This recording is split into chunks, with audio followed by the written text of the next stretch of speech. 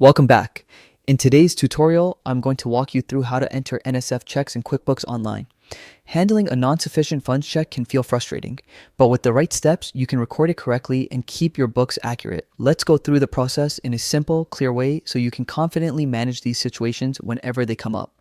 Start by signing into your QuickBooks Online account. Head to the sign in page, choose QuickBooks Online, and enter your username and password. If you have any trouble logging in, try refreshing your browser or switching to another one. Once you are signed in, you will land on your dashboard where you can begin entering the NSF details. To start the process, look for the New button. It is usually located at the top left or top right of your screen. Select it, and from the options that appear, choose Check.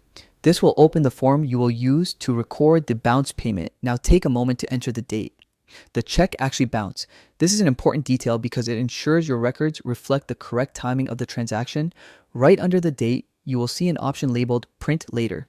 Make sure this box is unchecked so the system does not schedule anything to be printed. Next, head to the check number field. Instead of entering a standard number, type NSF check. This small step helps you easily identify this entry later when reviewing reports or resolving account issues. After that, go to the Payee section and enter the customer's name associated with the NSF check. Accurate customer information keeps your accounts organized and ensures the correct balance shows for that customer in the account field. Choose Accounts Receivable. This tells QuickBooks that the amount is still owed by the customer and must be collected. Now enter the amount of the bounced check. Double check your numbers to make sure everything matches the original payment. When all fields look correct, select Save and close at the bottom. With that, you have successfully entered an NSF check in QuickBooks Online.